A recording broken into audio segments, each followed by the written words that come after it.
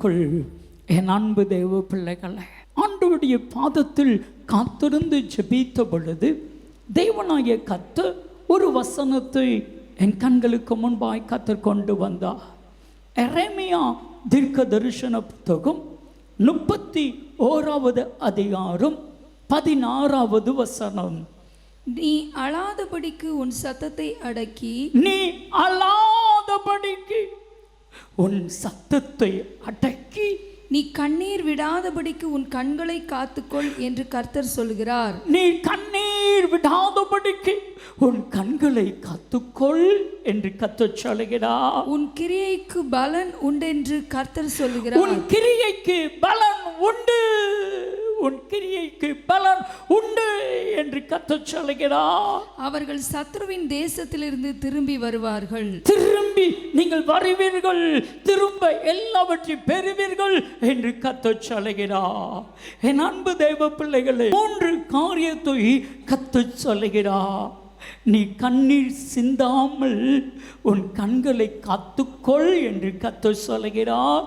உன் கிரியைக்கு பலன் வரும் என்று கர்த்தர் சொல்கிறார். நீ திரும்ப பெற்றுக்கொள்வாய் என்று கர்த்தர் சொல்கிறார். எத்தனை பேர் விசுவாசிக்கிறீங்க? எத்தனை பேர் விசுவாசிக்கிறீங்க? ஏமே உங்க மிக முக்கியமான ஒரு காரியத்தை கர்த்தர் சொல்லும்படி சொன்னா, எல்லாவற்றுக்கும் பலன் வரும். நீங்க கஷ்டப்படுறீங்களா? அதற்கு கர்த்தர் பலனை கொடுக்க போகிறார். நீங்கள் நிந்தையை அவமானத்தை சகிக்கிறீர்களா? உங்களுக்கு பலனை கர்த்தர் கொடுக்க போகிறார். என் அன்பு தெய்வ பிள்ளைகளே, கடைசி நாட்கள் வந்து விட்டது. இனி காலம் செல்லாது.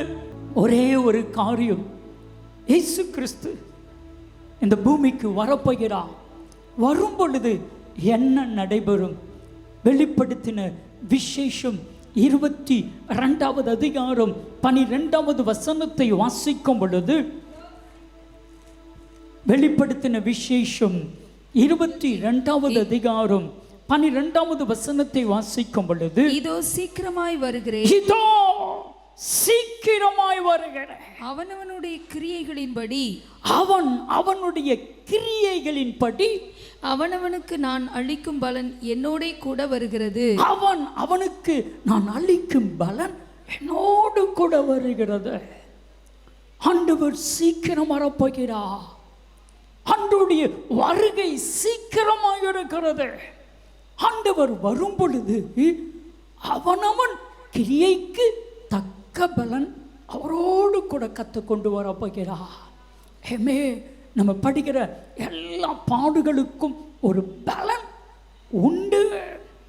நீங்க ஆண்டவருக்காக பிரயாசப்படுகிற ஒவ்வொரு பிரயாசத்திற்கும் பலன் உண்டு. ஒருவேளை இதுவரைக்கும் எனக்கு பலன் இல்லை என்று சொல்லலாம்.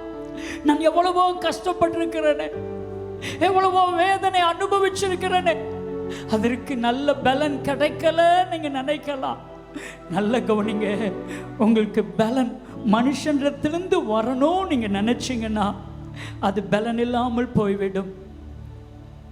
ஆனால் தேவனிடத்தில் எதிர்பாருங்க, ஆண்டவரே நான் பட்ட பாடுகளுக்கு சரியா எனக்கு பலனை தாங்க ஆண்டவரே, பலனை தாங்க ஆண்டவரே. ஆண்டவர் சொல்லுகிறார், நான் இதோ சீக்கிரமா வருகிறேன். என் அன்பு தெய்வ பிள்ளைகளே, ஆண்டுடைய வருகை சீக்கிரமாக இருக்கிறது. அவனவனுக்கு தக்க பலன் கர்த்தரோடு வருகிறது. ஒரு குடும்பம், மனைவி ரட்சிக்கப்பட்டுட்டாங்க, மகன் மூத்த மகன் ரட்சிக்கப்பட்டுட்டான், இளைய மகள் ரட்சிக்கப்பட்டுட்டாங்க. ஆனால் அவருடைய கணவர் ரட்சிக்கப்படலை. அவருடைய கணவருடைய குடி பழக்கம் மாறல, மனைவி அடிக்கிற அடி வேதனை மாறல.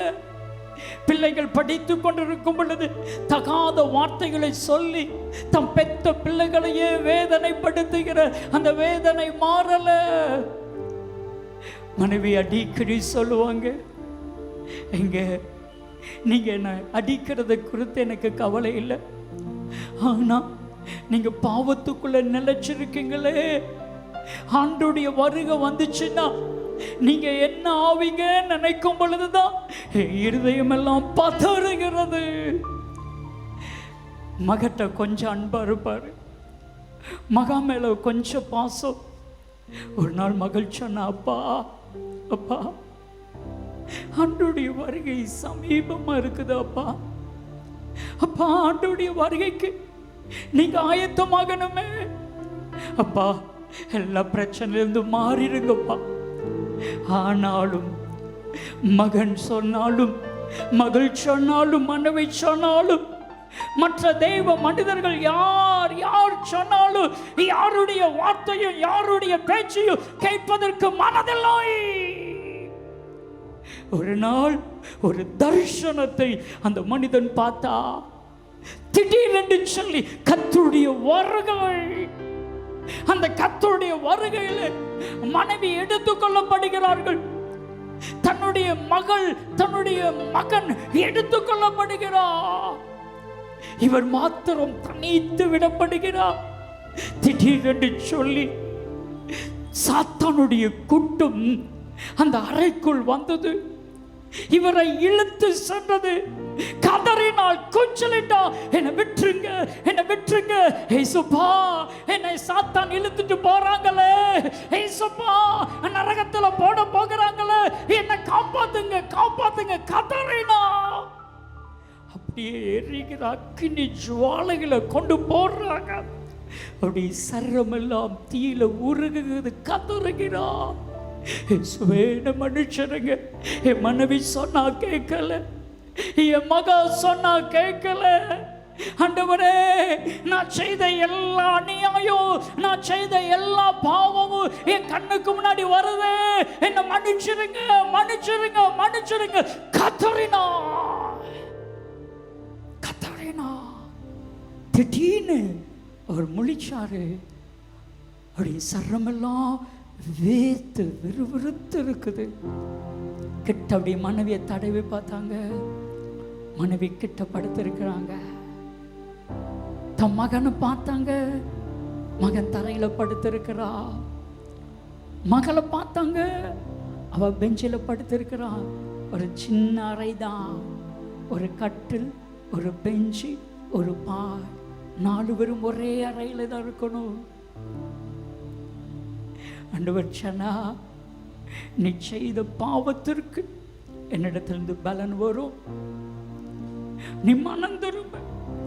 அப்படியே முழங்கால் படிட்டா, கதறினா கதறினா, ஆண்டவரே இதுவரைக்கும் நான் அநியாயமான காரியங்களை செய்துட்டேன், அக்கிரமமான காரியங்களை செய்துட்டேன், இந்த கையினால என் மனைவி அடிச்சேனே, இந்த கை எனக்கு இப்பொழுது அருவருப்பா இருக்கிறது, ஆண்டவரே இந்த மதுபானம் எனக்கு வெறுப்பா இருக்கிறது. அவருடைய வாழ்க்கை மாறியது. காலையில் எல்லாரும் எந்திரிச்சு பார்த்தா அப்பா முழங்கால் பட்டு ஜெபம் பண்ணிட்டு இருக்கிறாரு. நைட்டில் என்ன நடந்துச்சு யாருக்கும் தெரியாது, ஆனால் நைட்டில் ஒரு பெரிய மாற்றத்தை கற்றுக் கொடுத்தா, பெரிய மாற்றத்தை கொடுத்தா. அந்த சகோதரரே என்னிடத்தில் சொன்னார், அதற்கப்புறம் குடியை விட்ட என் தொழிலை உண்மையாக காலையில் எழும்பி என் தொழிலை செய்ய ஆரம்பிப்பேன், கஷ்டப்பட்டு என் தொழிலை செய்ய ஆரம்பித்தேன், என் தொழில் விருத்தி அடைந்தது.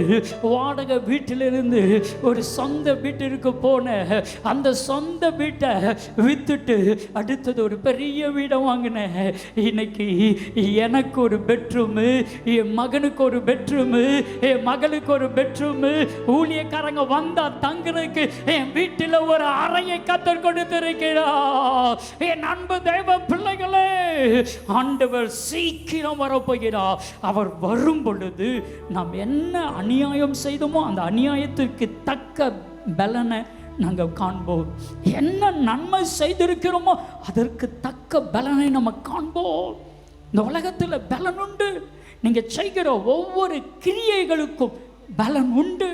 வேதம் சொல்லுகிறது, சங்கீதங்களின் புத்தகம் 62வது சங்கீதம் 12வது வசனத்தை வாசிக்கும் பொழுது வேதம் இப்படி சொல்லுகிறது, கிருபையும் உம்முடையது, ஆண்டவரே தேவரீர் அவனவன் செய்கைக்கு தக்கதாக பலன் அளிக்கிறீர். அவன் அவன் செய்கைக்கு தக்கதாக பலன் அழிக்கிறேன். என் அன்பு தெய்வ பிள்ளைகளை, நம்ம நினைப்போம்ல, அநியாயம் செய்கிறான். இன்னைக்கு நிறைய பேருடைய எண்ணம் என்ன தெரியுமா? நிறைய பேருடைய சிந்தனை என்ன இருக்கு தெரியுமா? அநியாயம் செய்கிறான், நல்லா இருக்கிறான். ஐயா, ஆமாவா இல்லையா? தப்பான வாழ்க்கை வாழ்றான், அவன் நல்லா இருக்கிறான். எல்லாம் தப்பையும் பண்றான், அவனுக்கு எந்த தீங்கும் வரல. வரும். ஆசாப்ங்கிற தெய்வ மனிதர் சங்கீதம் 73:1 சில வசனங்களை நீங்க வீட்டில் போய் வாசித்து பாருங்க. சங்கீதம் 73:1 சில வசனங்களை வாசித்து பாருங்க. சுத்த இருதயம் உள்ளவர்களாகிய இஸ்ரவேலருக்கு தேவன் நல்லவராகவே இருக்கிறார். ஆனாலும் என் கால்கள் தள்ளாடுதலுக்கும் என் அடிகள் சறுக்குதலுக்கும் சற்றே தப்பிற்று. துன்மார்க்கரின் வாழ்வை நான் காண்கையில், நல்ல கவனிங்க, துன்மார்க்கனுடைய வாழ்க்கைய நான் பார்க்கையில வீம்புக்காரராகிய அவர்கள் மேல் பொறாமை கொண்டேன். வீம்புக்காரராகிய அவர்கள் மேல் பொறாமை கொண்டேன். மரண பரியந்தம் அவர்களுக்கு இடுக்கண்கள் இல்லை. மரண பரியந்தம் அவர்களுக்கு என்ன இல்லை? இடுக்கணே இல்லை. அவர்களுடைய பலன் உறுதியாயிருக்கிறது. அவர்களுடைய பலன் உறுதியாயிருக்கிறது. நரற்படும் வருத்தத்தில் அகப்படார்கள். நரற்படும் வருத்தத்தில் அகப்படார்கள். மனுஷர் அடையும் உபாதியை அடையார்கள். உபாதியை அடையார்கள். ஆகையால் பெருமை சரப்பணியை போல அவர்கள் பெருமை சரப்பணியை போல சுற்றிக்கொள்ளு. மீதி நான் சொல்றேன், கொஞ்சம் கொஞ்சமா நான் சொல்றேன்.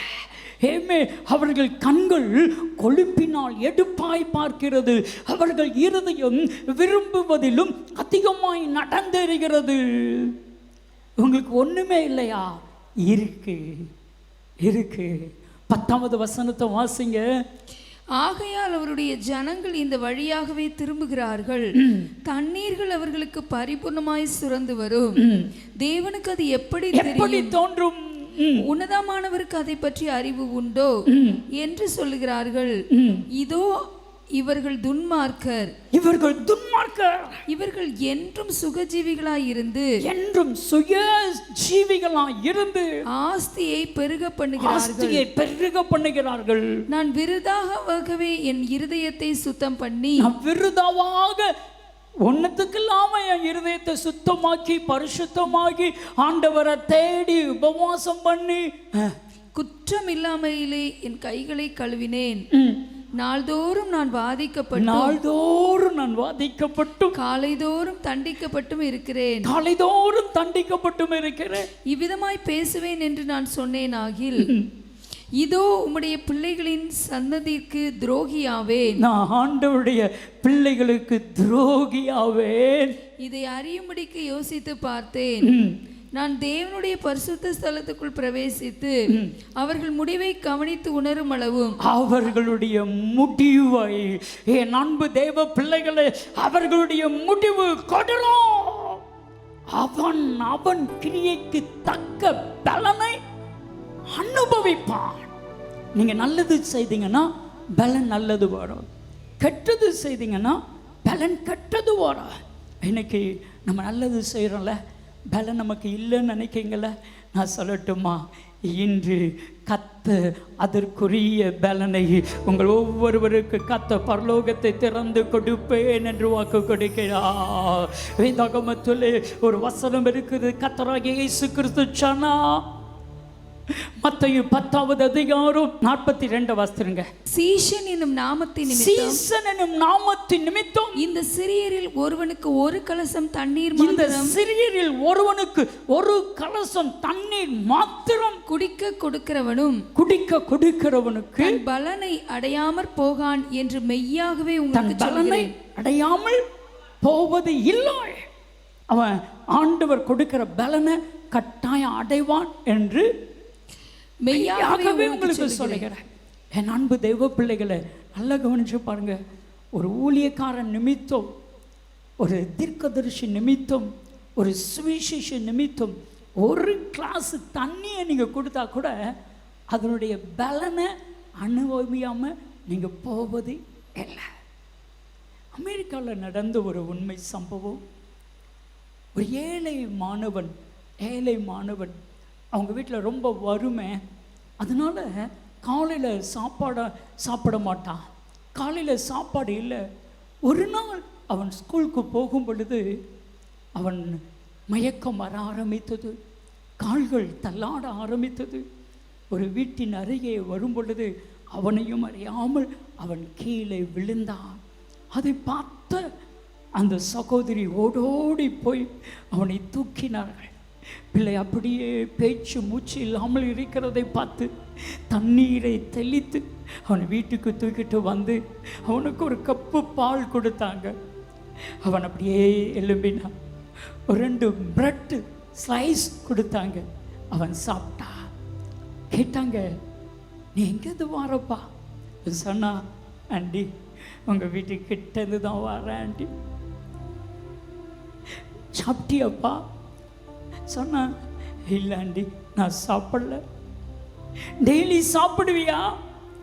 இல்லை, எங்கள் அப்பா கஷ்டப்படுறாங்க, டெய்லி சாப்பிட்றதுக்கு சாப்பாடு இல்லை, அதனால் காலையில் நான் சாப்பிட மாட்டேன் ஆண்டி. அந்த ஆண்டி சொன்னாங்க, இன்னைக்கு கவலைப்படக்கூடாது, சீக்கிரம் வந்துடணும்.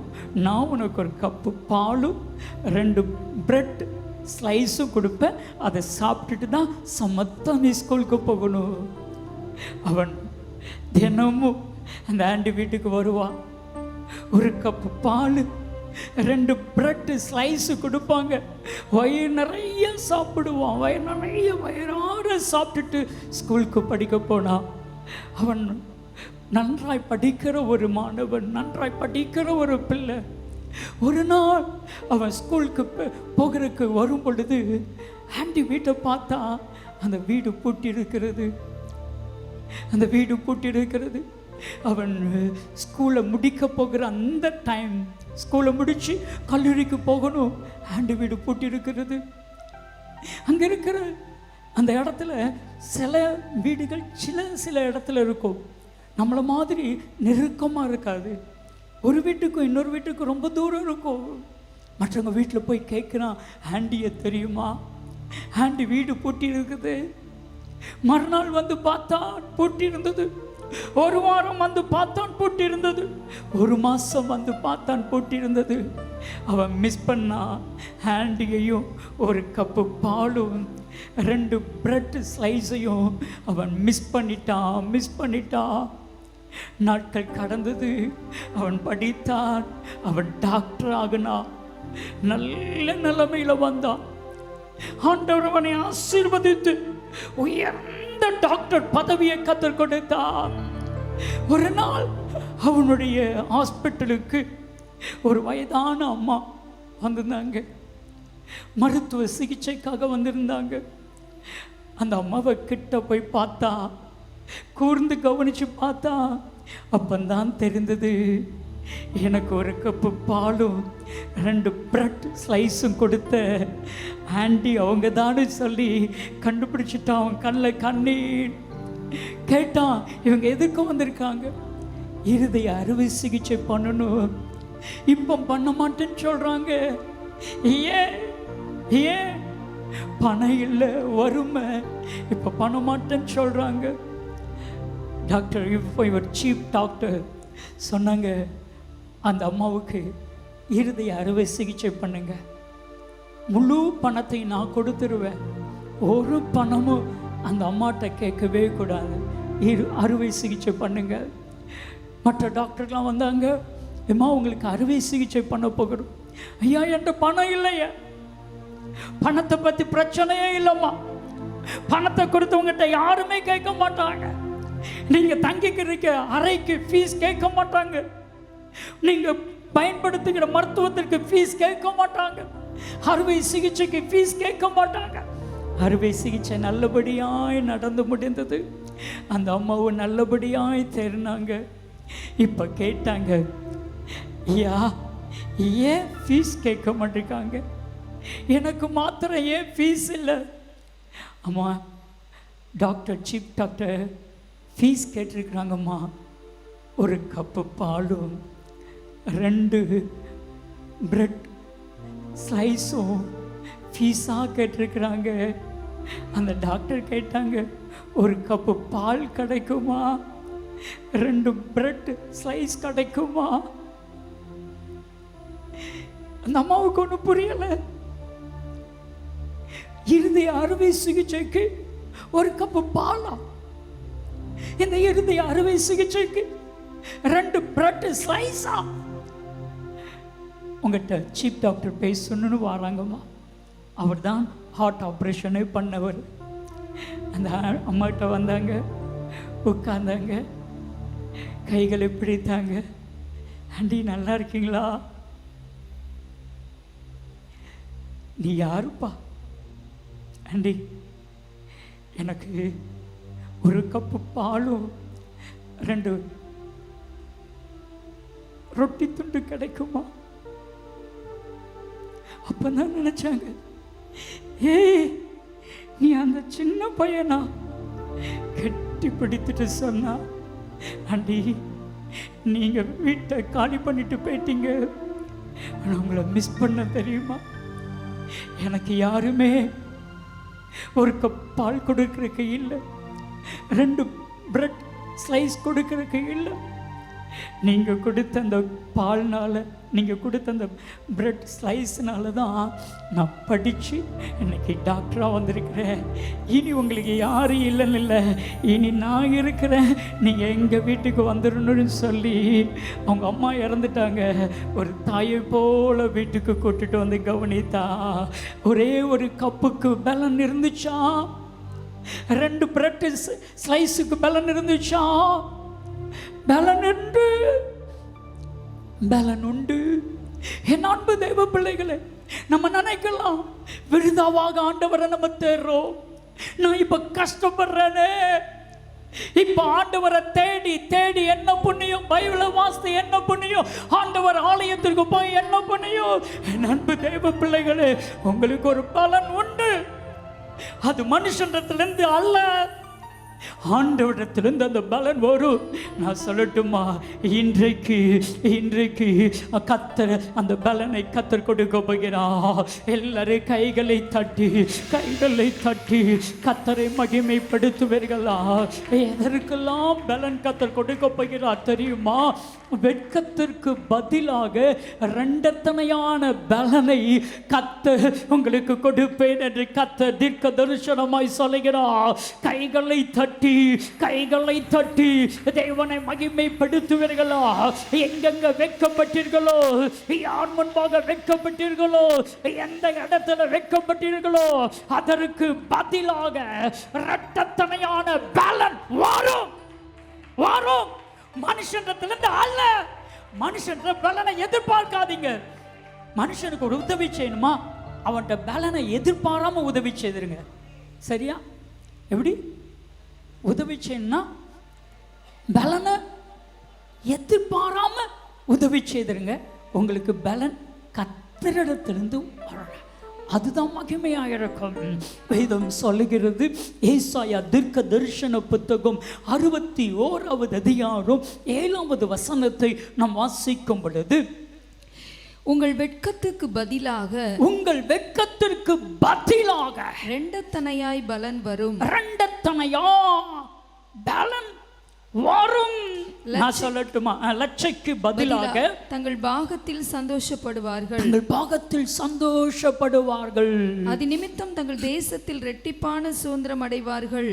நித்திய மகிழ்ச்சி அவர்களுக்கு உண்டாகும். எத்தனை பேர் இந்த 2026 எனக்கு கத்தர் கொடுக்கிற வார்த்தை, எனக்கு கத்தர் கொடுக்கிற வாக்குத்தத்தம் அப்படி நினைக்கிறீங்களோ? கைகளை தட்டி கத்தரை மகிமைப்படுத்துவீர்களா? வெட்கத்திற்கு பதிலாக 2 பலனை கத்தர் உங்களுக்கு கொடுக்க போகிறார். 2 பலனை கத்தர் கொடுக்க போகிறார். அவரால் கூடாத காரியம் ஒண்ணுமே இல்லை. என் அன்பு தேவ பிள்ளைகளே, நீங்கள் வெட்கப்படாம இருக்கணும்னா ஆண்டவரை நம்புங்க. எனக்கு கர்த்தரிடத்திலிருந்து பலன் வரும், மனுஷனிடத்திலிருந்து அல்ல. என் சர்வ வல்லமையில தேவாதி தேவனிடத்திலிருந்து எனக்கு பலன் வரும். வேதம் சொல்லுகிறது, சங்கீதம் 25:2 வாசித்து பாருங்கள். சங்கீதம் 31:1 வாசித்து பாருங்கள். சங்கீதம் 71:1 வாசித்து பாருங்கள். இது ஒரு வசனத்தை வாசிக்க கேட்கலாம். என் தேவனை உம்மை நம்பி இருக்கிறேன், என் தேவனே நான் உம்மை நம்பி இருக்கிறேன். நான் வெட்கப்பட்டு போகாதபடி செய்யும், நான் வெட்கப்பட்டு போகாதபடி செய்யும். என் சத்துருக்கள் என்னை மேற்கொண்டு மகிழ விடாதே, என் சத்துருக்கள் என்னை மேற்கொண்டு மகிழ விடாதிரும். என் அன்பு தேவ பிள்ளைகளே, எல்லாரும் பார்த்து ஆவியானவர் தீர்க்கதரிசனமாக சொல்கிறார், உங்கள் சத்துருக்கள் உங்களை பார்த்து மகிழ்ந்து இவங்க நாசமாயிட்டாங்கன்னு சொல்லாதபடிக்கு வெட்கத்திற்கு பதிலாக இரட்டத்தனையான பலனை கத்தர் கொடுக்க போகிறார். சத்துருக்களுக்கு முன்பாக உங்களுக்கு ஒரு பந்தி கத்தர் ஆயத்தப்படுத்த போகிறார். சத்துருக்கள் வெட்கப்பட்டு போவார்கள். கத்தர் உங்களை வெட்கத்திற்கு பதிலாக இரட்டத்தனையான நன்மையை பரலோகத்திலிருந்து வரப்போகிறதுங்க. பரலோகத்திலிருந்து வரப்போகிறது. சகரியா 9:12 இரட்டிப்பான நன்மையை தருவேன். எத்தனை பேர் விசுவாசிக்கிறீங்க? எத்தனை பேர் நம்புறீங்க? எனக்கு இரட்டத்தனையான பலன் வரும். இன்னைக்கு நான் சொல்லட்டுமா, சில பேர் இந்த பூமியிலேயே பலனை அனுபவிச்சுறாங்க. அவங்க பலன் முடிஞ்சு போச்சு. ஆனால் எனக்கு ஒரு பலனுமே இல்லையே, நான் ஆண்டவருக்காக இவ்வளவு வாழ்ந்திருக்கிறேனே, உண்மையாக இருந்திருக்கிறேனே, வெட்கப்பட்டு தானே இருக்கிறேன். என் அன்பு தெய்வ பிள்ளைகளே, அதற்கு பதிலாக எந்த இடத்துல வெட்கப்பட்டீர்களோ அதே இடத்துல உங்கள் தலையை 2 மடங்கு கத்தர் மேன்மையாக உயர்த்துவேன் என்று தீர்க்க தரிசனமாய் கத்த சொல்லுகிறார். தீர்க்க தரிசனமாய் கத்த சொல்லுகிறார். ஒரு நாள் சென்னையில் இருக்கிற ஒரு உயர் அதிகாரி அவர்களோடு கூட நான் பேசிக்கொண்டிருந்தேன். அப்போ அவர்கிட்ட கேட்டேன், இயல்பாகவே நீங்கள் இந்த போஸ்ட்டுக்கு வந்துட்டீங்களா, இல்லைன்னா கஷ்டப்பட்டு வந்தீங்களான்னு கேட்கும் பொழுது அவர் சொன்னார், இந்த போஸ்ட் என் தேவனாகிய கர்த்தர் கிருபையா ஈவா எனக்கு கொடுக்கப்பட்ட போஸ்ட் என்று சொல்லிட்டு அவர் சொன்னார், நான் சாதாரண படிச்சிருந்தேன், டிப்ளமோ படிச்சிருந்தேன், எனக்கு சாதாரணமாக ஒரு வேலை கிடச்சிருந்துச்சு. அதற்கு அப்புறம் ஜெபித்து அரசாங்கத்தில் எனக்கு வேலை கிடச்சிச்சு. ஆனால் என்னுடைய ஏஇ அசிஸ்டன்ட் இன்ஜினியர், நான் பைபிள் வாசிக்கிற ஒரே காரணத்திற்காக, நான் ஜெபிக்கிற ஒரே காரணத்திற்காக தினமும் எலக்ட்ரிஷனுக்கு முன்பாக, வயர்மேனுக்கு முன்பாக, ஃபோர்மேனுக்கு முன்பாக, எல்லாருக்கும் முன்பாக என்னை வெட்கப்படுத்துவா, என்னை கேவலப்படுத்துவா. நான் செய்யாத தப்பெல்லாம் செய்துன்னு சொல்லி என் மேல் அநியாயமா என் மேல அபட்டமான காரியத்தை என் மேல வைப்பா. என் இருதயெல்லாம் உடையும். ஒரு நாள் காலை பொழுதில் ஆண்டவர்கிட்ட கதறினேன், ஆண்டவரே தினம் எனக்கு அவமானம் தானா, தினம் எனக்கு நிந்தை தானா, நான் வெட்கப்பட்டு தான் சாகணுமா என்று சொல்லி என் இருதயம் புலம்பினது. ஆண்டவர் அதுக்கு சொன்னா, வெட்கத்திற்கு பதிலாக இரட்டத்தனையான பலன் உனக்கு வரும், என்னை நம்பியிரு என்று சொல்லி அந்த வார்த்தை, அந்த தீர்க்க தரிசனமான வார்த்தை கிடைச்ச மாத்திரத்தை அவர் சொன்னா எனக்கு ஹாப்பி ஆயிட்டு. அவர் என்னை எவ்வளோக்கு எவ்வளோ வெட்கப்படுத்துகிறாரோ வெட்கப்படுத்தட்டும், அதற்குரிய பலனை கத்த எனக்கு என்ன செய்வா, தருவா. ஏமே, அன்னைக்கு நான் போன அன்னைக்கு எல்லாருக்கும் முன்பாக கேவலமா அவமானமா எல்லாருக்கும் முன்னால் வெட்கப்படுத்தினா. காலையில் அவமானம் வெட்கப்படுத்தி முடிச்சாரு. சாயங்காலம் எல்லாரும் வீட்டுக்கு போகிறதுக்கு முன்னாடி திட்டின்னு சொல்லி ஆஃபீஸில் இருக்கிற எல்லாரையும் அப்படியே உட்கார வச்சுட்டாங்க, அவரையும் உட்கார வச்சுட்டாங்க. விஜிலன்ஸ் ஆஃபீஸர்ஸ் வந்தாங்க. அவர் லஞ்சம் வாங்கினதை கையும் களவுமாய் பிடிச்சாங்க. அவரை எல்லாருக்கும் முன்னாடி அவமானப்படுத்தப்பட்டு வெட்கப்படுத்தப்பட்டு தலை குனிந்து அவர் அந்த வேனில் ஏறும் பொழுது அவர் கர்ச்சிப்பை வச்சு முக்காடு போட்டுட்டு அவர் ஏறினார். ஆண்டவர் சொன்னார், என் அன்பு மகனே அநியாயம் செய்கிறானா, அதற்குரிய பலனை அவன் காண்பான். நீ பொறுமையாக இருந்தில்ல, அதற்குரிய பலனை நீ காண்பான். என்ன ஆச்சரியம் தெரியுமா, என்ன ஆச்சரியம் தெரியுமா, அதே அலுவலகத்தில் கொஞ்ச வருஷத்தில் ஏமீன் ஏஇ போஸ்ட்டை கத்தரவருக்கு கொடுத்தா, அதே அலுவலகத்தில் கத்தரவரை 2 மடங்கு மேன்மையாய் உயர்த்தினா. என் அன்புக்குரியவர்களே, கத்தர் உங்களை 2 மடங்கு உயர்த்த போகிறார். அநியாயம் செய்கிறாங்களா, அநியாயம் செய்யட்டும். அக்கிரமம் செய்கிறாங்களா, அக்கிரமங்கள் செய்யட்டும்.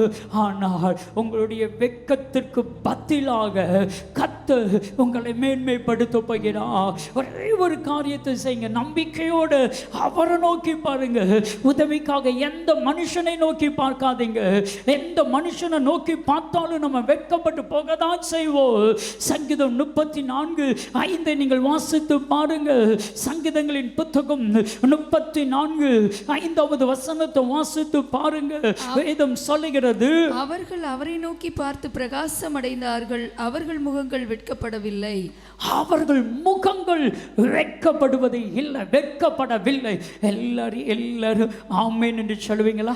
இன்னைக்கு ஆண்டவர் இந்த வார்த்தையை தீர்க்க தரிசனமாய் சொல்லுகிறார். என் அன்பு தேவ பிள்ளைகளே, உங்கள் முகம் ஒருபோதும் வெட்கப்பட்டு போவது இல்லை.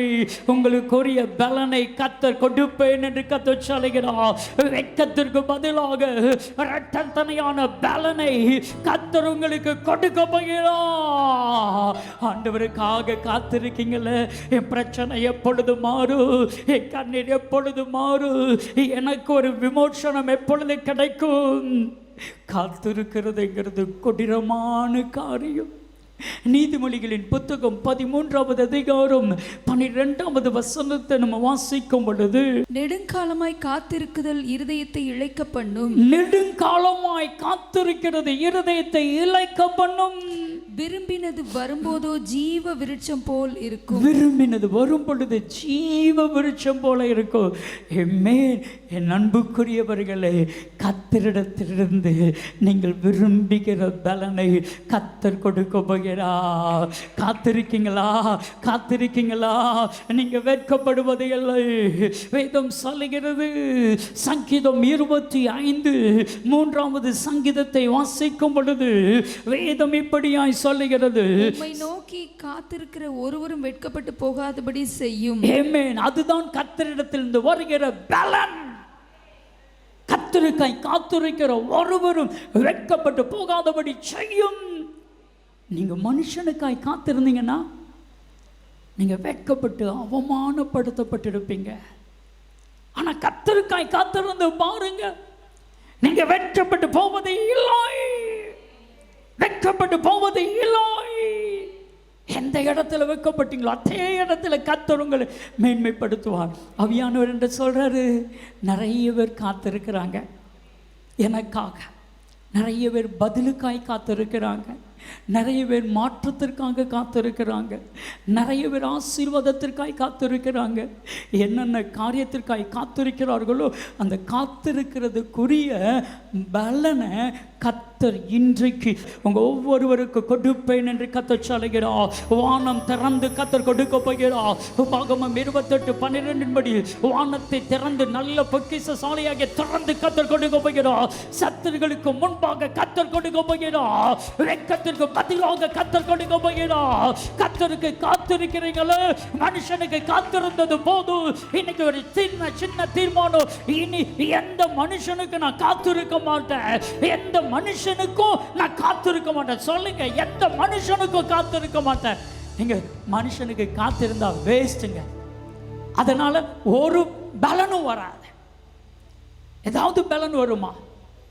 ஒரு நாள் ஒரு தங்கச்சி என்ற ஜெபிக்க வந்தாங்க. சொன்னாங்க, அங்கிள், எங்கள் அப்பாவுக்கு தெரியாது, எங்கள் அம்மாவுக்கு தெரியாது நான் இங்கே ஜெபிக்க வந்தது. எங்கள் அப்பா அம்மா நான் கல்யாணம் வேண்டான்னு சொல்கிறத அவங்க என் பிள்ளை படிக்கிறதுக்காக கல்யாணம் வேண்டான்னு சொல்கிறா அப்படின்னு நினச்சிக்கிட்டாங்க. உண்மையாக எங்கள் அப்பாவை அம்மாவை நான் ஏமாத்தினேன். ஒரு சொன்னா, அங்கிள் நான் மனதார ஒருத்தரை நேசித்து, அவர் சொன்னா நான் துபாய்க்கு போகிறேன், வேலை முடிச்சுட்டு துபாயில் 3 வருஷம்தான் நல்லா சம்பாதிச்சுட்டு கை நிறைய சம்பாத்தியத்தை கொண்டுட்டு வந்து உன்னை திருமணம் கட்டிக்கிடுவேன்னு சொன்னா. நான் சொன்னேன் 3 வருஷம் தானே, நான் காத்திருக்கிறேன். எங்கள் அப்பா அம்மாவிட்ட நான் சொல்லிடுவேன் 3 வருஷம் தானே நான் காத்திருக்கிறேன். ஆனால் 3 வருஷம் கழிச்சு துபாயிலேருந்து வந்தவர் இங்கே வசதியான ஒரு பிள்ளைய நிச்சயம் பண்ணிட்டாங்க. துபாயிலேருந்து வந்தவர் என்னை பார்க்க வந்து எனக்கு கொஞ்சம் ஸ்வீட்டெல்லாம் வாங்கிட்டு வந்து கல்யாண கார்டையும் எனக்கு கொடுத்தாரு. என் இருதயம் அப்படியே சுக்கு நூறாய் உடைந்தது. என் இருதயம் சுக்கு நூறாய் உடைந்தது. அந்த கண்ணீரோட அந்த திருமண காகிதத்தையும் அந்த ஸ்வீட் பாக்ஸையும் வாங்கிட்டு வரும் பொழுது, அங்கிள் நான் நினைச்சேன் செத்துடலாம், இனியே வாழணும், இனியே வாழணும். இத்தனை வருஷம் காத்திருந்தேன்னு அதற்கு பலன் ஆண்டவரே இந்த கல்யாண காகிதத்தை கொடுத்திருக்கீங்க, அதற்கு பலன் இந்த ஸ்வீட் வரும் பொழுது அந்த கல்யாண காகிதத்தையும் அந்த ஸ்வீட்டையும் அப்படியே தூக்கி எறிஞ்சு வீட்டுக்கு வந்து அப்படியே கண்ணீர் சிந்தி கதறின. அப்பொழுதுதான் உங்கள் பரலோகம் மன்னா நிகழ்ச்சி. நீங்க சொன்னீங்க கர்த்தருக்கு காத்திருக்கிறவர்கள் வெட்கப்படுவதில்லை. அந்த பரலோகம் மன்னா யூடியூப்ல, இந்த கிராஸ் டிவி யூடியூப்ல பார்த்து அந்த பரலோகம் மன்னாங்கிற நிகழ்ச்சி என் இருதயத்தை அப்படியே அப்படியே அப்படியே ஆறுதல் படுத்தியது. எப்படியாவது உங்களை பார்க்கணும்னு சொல்லி உங்களை பார்க்க வந்திருக்கிற அங்கிள், நான் சொன்னேன், எம்மா நீ 3 வருஷம் காத்திருந்தில்ல, அதற்கு பலனை கர்த்தர் கொடுப்பா. ஏன் நீ நினைக்கிற? கர்த்தர் கொடுப்பா, கர்த்தர் கொடுப்பா. ஏன் நீ நினைக்கிற? ஏன் நீ நினைக்கிற? கர்த்தர் கொடுப்பா. சோமனோ 1 மாதம் கழிச்சுக்கு பிறகு அவள் ஃபோன் பண்ணுறா, அங்கிள் அமெரிக்காவில் நல்ல சாஃப்ட்வேர் இன்ஜினியர், கிட்டத்தட்ட ஒரு 5 லட்சம் ரூபா சம்பாதிக்கிற ஒரு இன்ஜினியர் மாப்பிள்ளை என்னை பார்த்துருக்குறாங்க. ஏமே ரொம்ப அழகாக இருக்கிறாரு, ரொம்ப நல்ல ஒரு ரட்சிக்கப்பட்டிருக்கிறாரு, அபிஷேகம் பண்ணியிருக்கிறாரு. அவள் கண்ணில் பார்க்கணும், ஆனந்த கண்ணீரை பார்க்கணும். அவள் சொன்னா, நான் வெட்கப்பட்டேன், ஆனால் அதற்கு பதிலாக என் தேவன் 2 மடங்கு பலனை எனக்கு கொடுத்தா. என் அன்பு தேவ பிள்ளைகளே, இதுவரைக்கும் காத்திருக்கீங்களே, என் பிரச்சனை எப்பொழுது மாறும், என் பாடுகள் எப்பொழுது மாறும், என் கண்ணீர் எப்பொழுது மாறும், என் நிந்தை எப்பொழுது மாறும், என் கஷ்டம் எப்பொழுது மாறும், என் கடன் எப்பொழுது மாறும், என் வியாதி எப்பொழுது மாறும், என்னுடைய பாடுகள் பத்திரவங்கள் எப்பொழுது மாறும். என் அன்பு தேவ பிள்ளைகளே, சீக்கிரத்தில் உங்க பிரச்சனை எல்லாம் மாற போகிறது. அதோடு கூட கர்த்தருடைய பலனையும் கர்த்தர் உங்களுக்கு கொடுக்க போகிறார். 2வதாக நன்மைக்கு ஒரு பலன் உண்டு. நம்ம நன்மை செய்தால் அதற்கு பலன் உண்டு, மேன்மை. தீமை செய்கிறாங்களா, அவங்களுக்கு பலன் தீமை. நல்லா கவனிச்சுக்கோங்க, நன்மைக்கு பலன் நன்மை, தீமைக்கு பலன் தீமை. வேதம் சொல்லுகிறது, ஏசாயா தீர்க்க தரிசன புத்தகம் 3வது அதிகாரம் 10வது வசனத்தை வாசிக்கும் பொழுது, உங்களுக்கு நன்மை உண்டாகும் என்று நீதிமான்களுக்கு சொல்லுங்கள். நன்மை உண்டாகும் என்று நீதிமானுக்கு சொல்லுங்கள். ஆண்டவர் சொன்ன வார்த்தையை உங்களுக்கு சொல்லியிருக்கிறேன். ஆமென். எத்தனை பேர் இதை விசுவாசிப்பீங்களோ தெரியாது. ஆமென். இந்த வார்த்தையை சொன்ன உடனே கையை தட்டி கர்த்தரை மகிமைப்படுத்திருக்க வேண்டாமா? ஆண்டவர் சொல்லுகிறார், ஆமென், ஆமென், ஆமென்.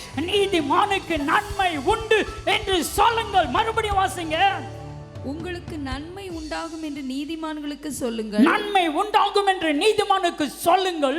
அவர்கள் தங்கள் கிரியைகளின் பலனை அனுபவிப்பார்கள். அவர்கள் தங்கள் கிரியைகளின் பலனை அனுபவிப்பார்கள். நல்ல கவனிங்க, தீமை செய்கிறாங்களா, அதனுடைய பலனை என்ன செய்வாங்க? அனுபவிப்பாங்க. இதை மட்டும் சொல்லிடுங்க.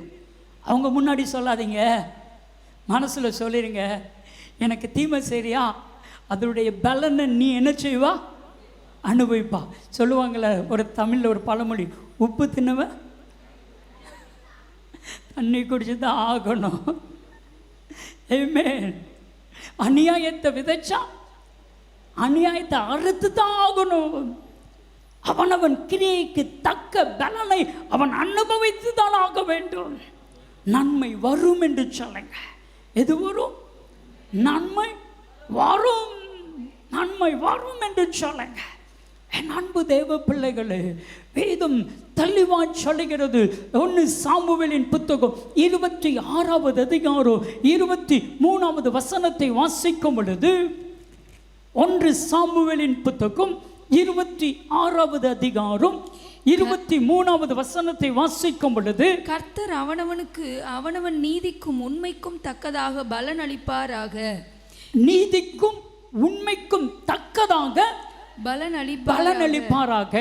இன்று கர்த்தர் உம்மை என் கையில் ஒப்பு கொடுத்திருந்தும், நல்ல கவனிங்களேன், இன்றைக்கு உம்மை கர்த்தர் என் கையில ஒப்பு கொடுத்திருந்தும், கர்த்தர் அபிஷேகம் பண்ணினவன் மேல் என் கையை நீட்ட மனதில்லாதிருந்தேன். கர்த்தர் அபிஷேகம் பண்ணின மனிதன் மேல் கை நீட்ட என்ன இல்லாமல் இருந்த, மனதில்லாமல் இருந்த தாவீது சவுலை பார்த்து சொல்லுகிறார், உங்களை எதிரி உங்களை தொலைக்கணும்னு நினைக்கிறாங்களா? சவுல் தாவீதை கொலை செய்யணும்னு நினைக்கிறான். அவன் வாழ்க்கையை முடிஞ்சிச்சு, அவ்வளவுதான். சவுல் தாவீதை முடிக்கணும், அவன் லைஃபை நாசமாக்கணும்னு நினைக்கிறான்.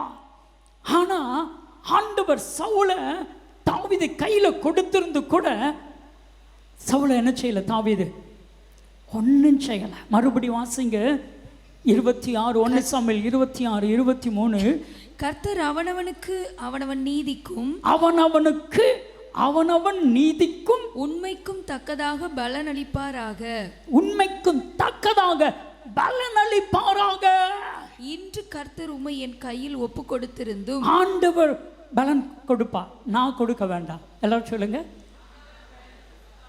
ஏமே, நீங்க எல்லாரும் உண்மையா கர்த்தருடைய வார்த்தையை கவனமாக கவனித்திருக்கிறத பார்க்கும் பொழுது ரொம்ப ரொம்ப என் இருதயம் சந்தோஷமாக இருக்குது.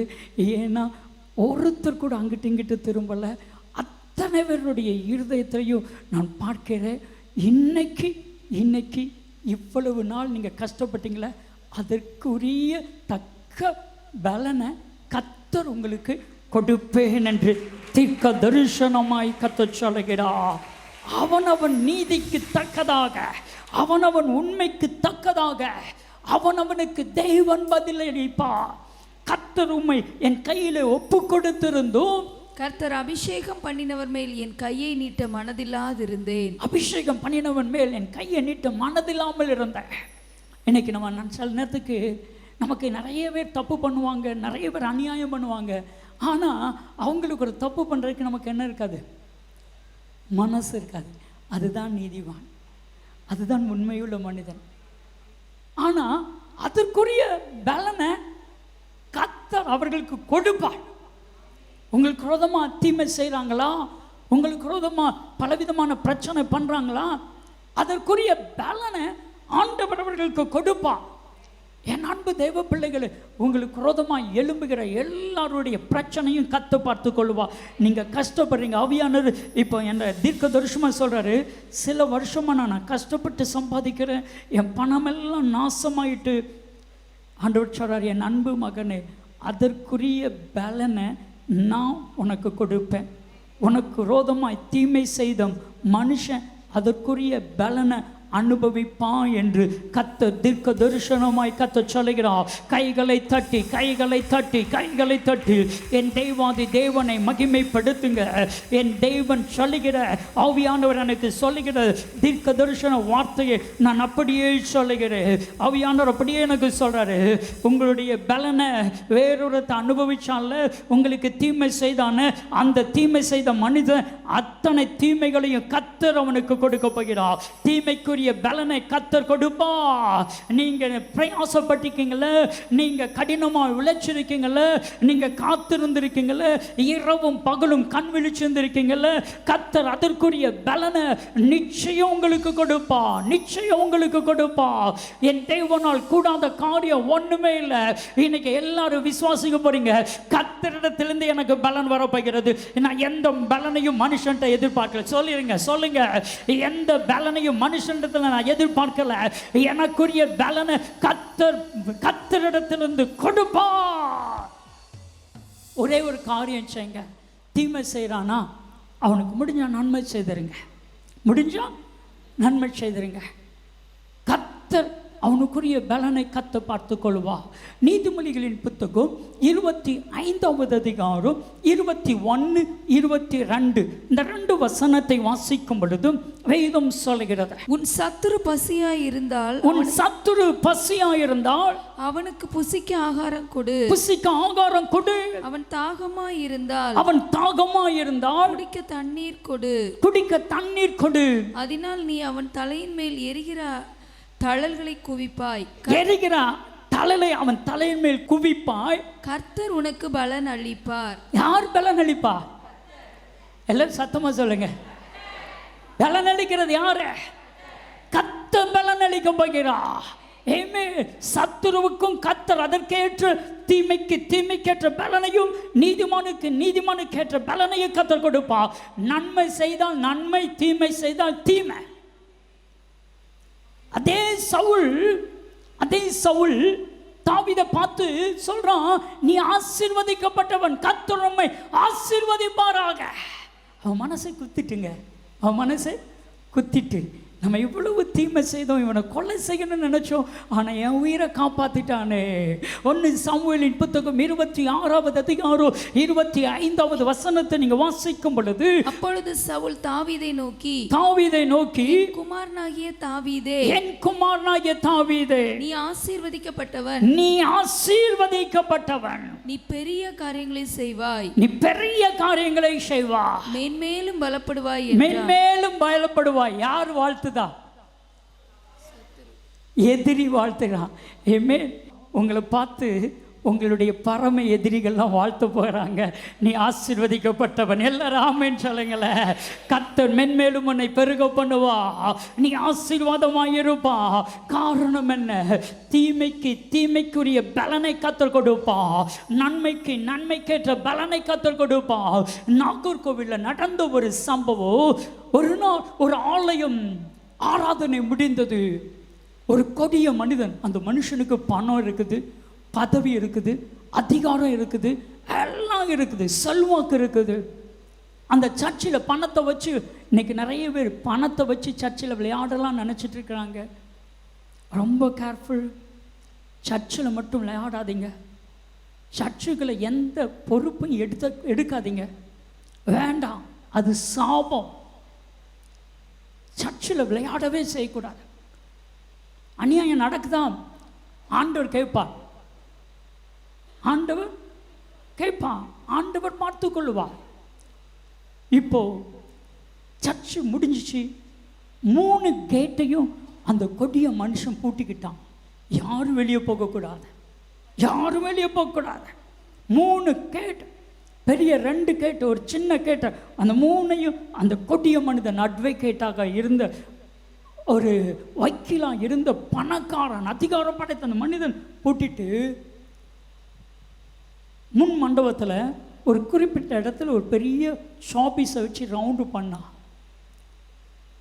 இது கூண்டு, இங்கே நான் தான் நீதிபதி. அங்கியோட அந்த போதகரை, அந்த ரெவரண்ட்டை அந்த கூண்டில் ஏற்றி வச்சுட்டு என்னெல்லாம் கேட்கக்கூடாதோ அத்தனையும் கேட்டான், என்னெல்லாம் பேசக்கூடாதோ அத்தனை காரியத்தையும் பேசினா. அந்த போதகர் ஒரு வார்த்தையும் சொல்லலை, ஒரு வார்த்தை எதிர்த்து பேசலை. அவர் கண்ணிலேருந்து கண்ணீர் தாரதாரையாய் சொட்டு சொட்டாய் வடிந்தது.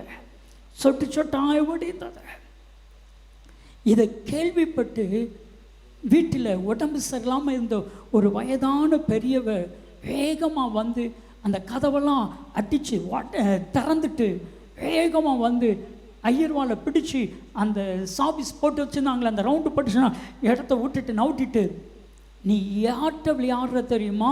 கத்தட்ட விளையாடுற. அதோடைய பலன் என்ன தெரியுமா? உன்னால் தாங்க முடியாத. கத்தட்ட மட்டும் விளையாடாத, ஆலயத்தில் விளையாடாத, பரிசுத்தவான்கிட்ட விளையாடாத. தீர்க்கதரிசிங்கிற நாமத்து நிமித்தம் தீர்க்கதரிசியை ஏற்றுக்கொள்கிறவனுக்கு தீர்க்கதரிசிக்குரிய பலன் உண்டு.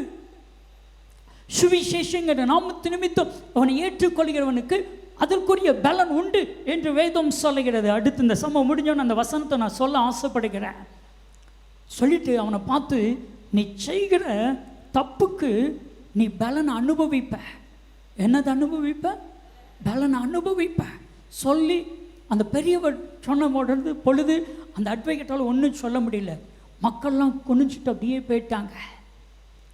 அந்த ரெவரண்ட் வீட்டில் சமைச்சு வச்ச சாப்பாடு அப்படியே இருந்துச்சு. சமைச்சு வச்ச சாப்பாடு அப்படியே இருந்துச்சு. அவருடைய சின்ன பொண்ணு, 7வது வகுப்பு படிக்கிற பொண்ணு, அப்பா நம்ம இந்த சர்ச்சில் இருக்க வேண்டாம்ப்பா, எனக்கு அவமானமாக இருக்குது. எல்லாரும் முன்னாடியும் உங்களை அவமானப்படுத்திட்டாங்களேன்னு சொல்லும் பொழுது அந்த போதவருடைய கண்களிலே கண்ணீர். அந்த சின்ன பொண்ணு அந்த கண்ணீரை தொடச்சிட்டு, அப்பா அல்லாதீங்க, ஏசப்பா பார்த்து கொள்வாங்க. அதுக்கு ஒன்றும் சொல்ல தெரியல, ஏசப்பா பார்த்து கொள்வாங்க. இவர் அமைதியில் இருந்துட்டார். ஆமென். அடுத்த வாரம் ஞாயிற்றுக்கிழமை ஆலயம் முடிஞ்சிச்சு. கதவு 3 கதவும் திறந்துருந்துச்சு. ஒருத்தரும் போகலை, ஒருத்தரும் அந்த இடத்த விட்டு போகலை. எல்லாரும் நிற்கிறாங்க, சோகமாக நிற்கிறாங்க.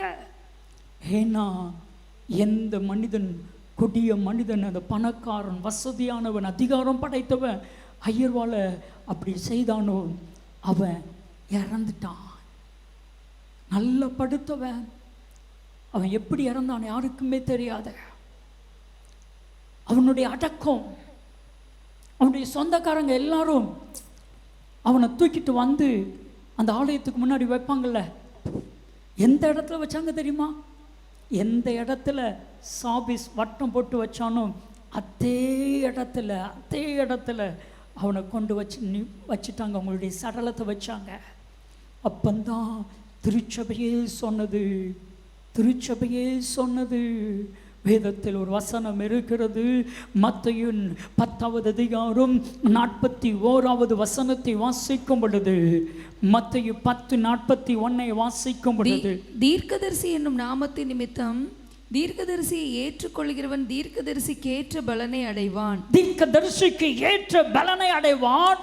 நீதிமான் என்னும் நாமத்தின் நிமித்தம், நீதிமான் என்கிற நாமத்தின் நிமித்தம் நீதிமானை ஏற்றுக்கொள்கிறவன் நீதிமானுக்கு ஏற்ற பலனை அடைவான். நீதிமானுக்கு ஏற்ற பலனை அடைவான். என் அன்பு தேவ பிள்ளைகளே, ஒவ்வொரு மனுஷனும் இந்த பூமியில பலனை அடைஞ்சது தாகணும் சொன்னாங்க.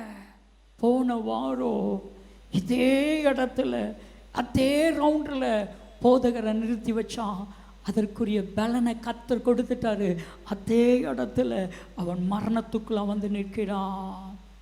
ஆமென். என் அன்பு தெய்வ பிள்ளைகளே, இன்றைக்கு கர்த்தர் 3 காரியத்தை சொல்லலாம். 1, வெட்கத்திற்கு பதிலாக இரட்டத்தனையான பலன் வரும். தீமை செய்தால் தீமைக்குரிய பலனை, நன்மை செய்தால் நன்மைக்குரிய பலனை காண்பீர்கள்.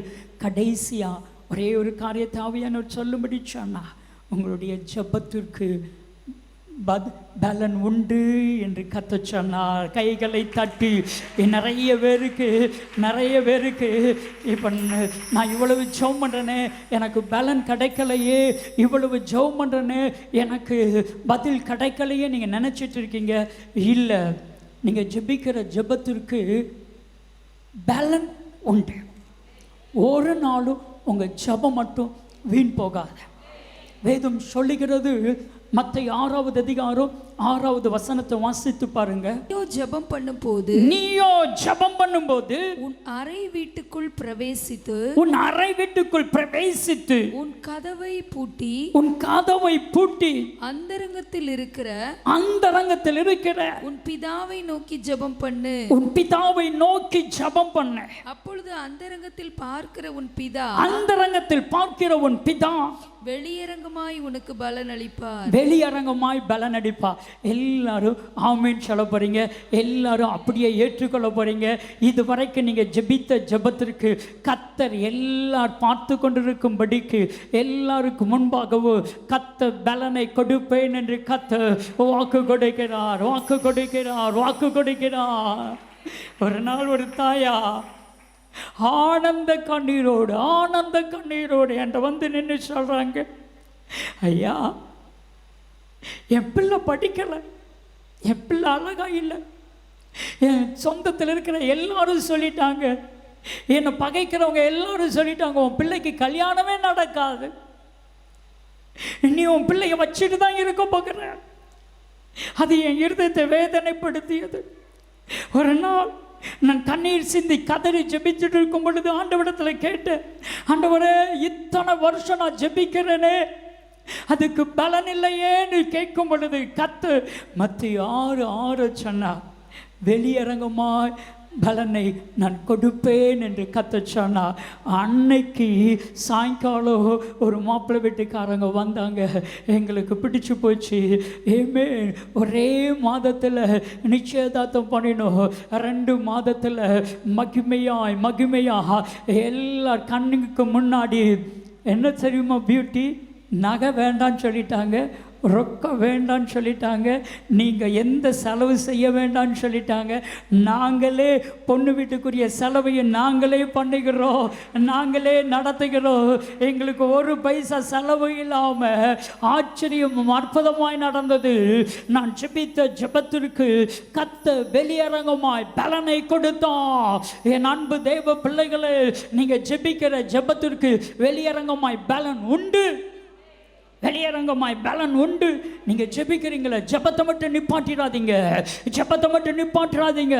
ஆமென். இன்னும் போராடி ஜெபம் பண்ணுங்க, இன்னும் போராடி ஜெபிங்க. இந்த ஊழியம் வளர்றதுக்கு காரணம் என் மனைவியுடைய ஜெபம். ஒரு நாளைக்கு குறைஞ்சபட்சம் 7 மணி நேரம் முழங்கால நிற்கிறாங்க. கர்த்தர் அதற்குரிய பலனை வெளியரங்கமாய் கொடுத்து கொண்டிருக்கிறார். என் அன்பு தெய்வ பிள்ளைகளை, ஜெபிக்கிறாங்களா அவன்கிட்ட எந்த பிரச்சனை வச்சுக்கிடாதீங்க. ஜெபிக்கிறவங்ககிட்ட எந்த பிரச்சனை வச்சுக்கிடாதீங்க, வேண்டாம். அவங்க போய் ஆண்டவரே நான் செய்தது தப்பு தான் மன்னிப்பு கேட்டு ஜெபம் பண்ணிடுவாங்க. ஆனால் அநியாயமாக தப்பில் மாட்டிக்கிறது யாரு? நம்ம மாட்டிக்கிடுவோம். ஜெபம் பண்ணுறவங்களுக்கு பலன் உண்டு. நான் சொல்லட்டுமா, உங்களுக்கு விரோதமாக எழும்பின எல்லா ஆயுதமும் வாய்க்காதே போகிறது. ஆவியானவர் தீர்க்க தரிசனமாக சொல்லுகிறார், என் அன்பு மகனே, என் அன்பு மகளே, நீ ஜெபிக்கிறீல, உனக்கு விரோதமாக எழும்புகிற எந்த ஆயுதமும் வாய்க்காதே போகும். தானியேலின் புத்தகம் 6வது அதிகாரம் 10ஆம் வசனம் நம்ம எல்லாருக்கும் தெரியும். தானியேலின் புத்தகம் 6வது அதிகாரம் 10ஆம் வசனம் நம்ம எல்லாருக்கும் தெரியும். அந்த பத்திரத்துக்கு கையெழுத்து போடப்பட்ட பின்பும் தானியேல் 3 வேளை ஆண்டவரை நோக்கி ஜெபம் பண்ணினா. அவன் ஜெபிக்க கூடாது என்று சொல்லி சதி திட்டங்களை போட்டார்கள். தானியேலின் புத்தகம் 6வது அதிகாரம் 4வது வசனத்தை வாசித்து பாருங்க. அப்பொழுது பிரதானிகள் தேசாதிபதிகள் ராஜ்யத்தின் விசாரிப்பிலே தானியேலை குற்றப்படுத்தும்படி முகாந்தரம் தேடினார்கள்.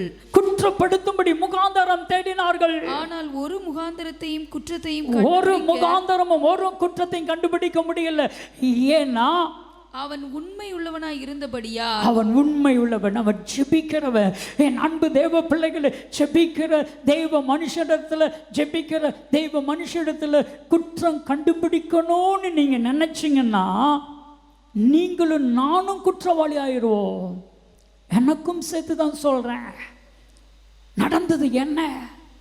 தானியேலின் புத்தகம் 6வது அதிகாரம் 24வது வசனத்தை வாசிக்கும் பொழுது, தானியேல் மேல் குற்றம் சாட்டின மனுஷரையோ வென்றால், தானியேலின் மேல் குற்றம் சாட்டின மனிதரையோ வென்றார். ராஜா கொண்டு வர சொன்னான். அவர்களையும் அவர்கள் குமாரரையும் அவர்களுடைய குமாரர்களையும் அவர்கள் மனைவிகளையும் அவருடைய மனைவிகளையும் சிங்கங்களின் கெபியிலே போட்டார்கள்.